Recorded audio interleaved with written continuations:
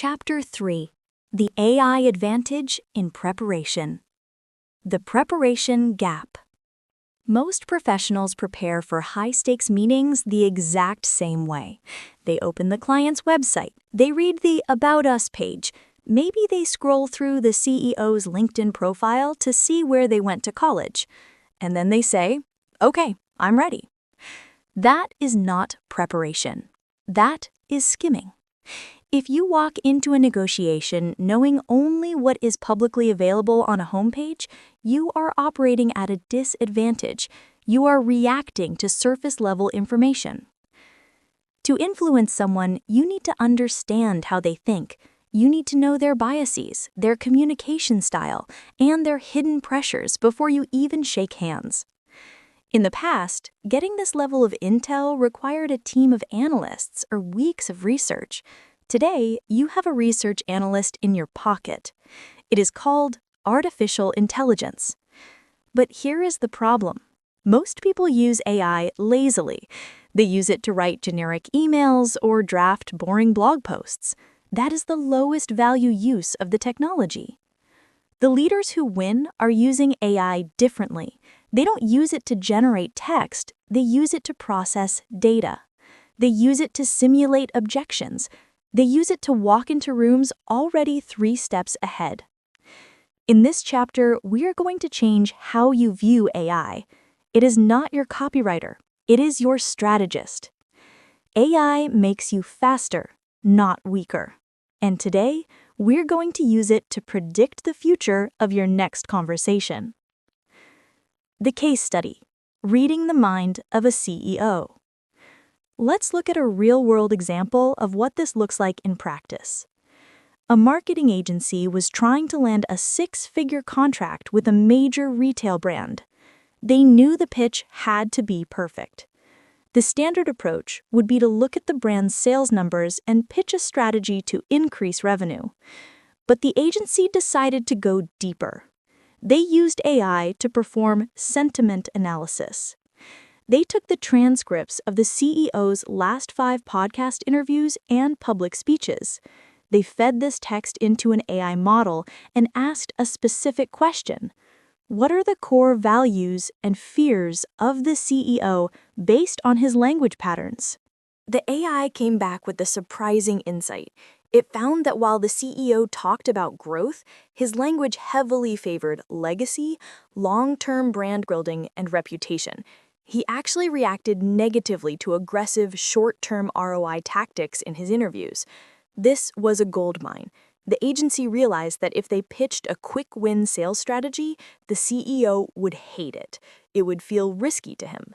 So they completely rewrote their pitch. They stopped talking about immediate ROI and started talking about generational brand equity. They matched his exact communication style. The result? They closed the deal. The CEO told them, "You are the only agency that actually gets what we are trying to build." They didn't get lucky. They used data to find the alignment. Meanwhile, a startup founder used a similar tactic. She had 50 transcripts from customer interviews, hours of audio.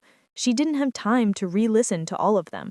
She fed the transcripts into an AI and asked, "What is the one unmet need that every customer mentioned which my team missed?" In under an hour, the AI identified a pattern. Customers weren't complaining about the price. They were complaining about the onboarding speed. Her team had missed it completely. She fixed the onboarding and retention skyrocketed. This is how you win clients. You use technology to hear what others are missing. Tactical workflow: the objection simulator. How do you do this tomorrow? You don't need to be a data scientist. You just need the right prompts. One of the most powerful ways to use AI is as an objection simulator. We all have blind spots. We fall in love with our own ideas. We think our proposal is perfect. But the person across the table is looking for reasons to say no. Instead of waiting to be blindsided in the meeting, use AI to role-play the opposition. The strategy: before a pitch, paste your proposal into your AI tool. Then use this prompt. You are the CFO of a mid-sized manufacturing company. You are skeptical of new spending, risk-averse, and focused on cost-cutting.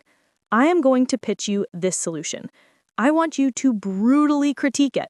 Give me the top 5 reasons you would say no to this. The AI will tear your idea apart. It will say things like, the implementation timeline is too vague, or you haven't proven the ROI quickly enough. This is painful, but it is valuable. Now you can rewrite your pitch to answer those objections before they are even raised. Communication creates results when you eliminate the friction before it happens. By the time you walk into the real meeting, you have already had the argument. You have already won. You aren't improvising. You are executing a script that you have already stress tested. Tactical workflow, the stylistic mirror. Another powerful tool is stylistic mirroring. People trust people who sound like them. If you are speaking startup tech to a conservative banker, you will clash. Use AI to decode their dialect. Paste a sample of your prospect's writing, an email, a LinkedIn post, or a blog article, into your tool. Ask, analyze the tone, sentence structure, and decision-making style of this author. Do they prefer data and logic, or stories and emotion? Are they formal or casual? If the AI tells you they are data-driven, formal, and concise, do not walk in telling long, winding stories. Bring spreadsheets. Bring charts. Get to the point. If the AI tells you they are visionary, emotional, and relationship-focused, hide the spreadsheet. Tell the story of the future. This isn't manipulation, it is translation. You are translating your value into a language they fundamentally understand. You guide the conversation by meeting them where they are, not forcing them to come to you. From reactive to proactive. The shift we are making here is from reactive improvisation to proactive strategy. Reactive is walking into a meeting and hoping you can handle whatever they throw at you. Proactive is knowing exactly what they're going to throw and having the glove ready to catch it. AI allows you to scale this preparation. You can profile 10 stakeholders in the time it used to take to profile 1. But remember the core rule. AI is the tool, not the master. You are the pilot. You have to verify the insights. You have to apply the judgment. Don't let the technology make you lazy. Let it make you hyper-prepared. Your next step. Here is your challenge for Chapter 3. Take the last difficult email you received, one where a client or colleague disagreed with you. Anonymize it, paste it into an AI tool, and ask, what is the underlying emotion behind this email? What is this person actually afraid of? See if the AI finds a pattern you missed. Use that insight to draft your reply. You have learned to cut the fluff. Chapter 1. You have learned to diagnose the pain. Chapter 2. Now you have learned to use AI to predict the future. Chapter 3. You are prepared. You are precise. But now we have to deal with the inevitable conflict.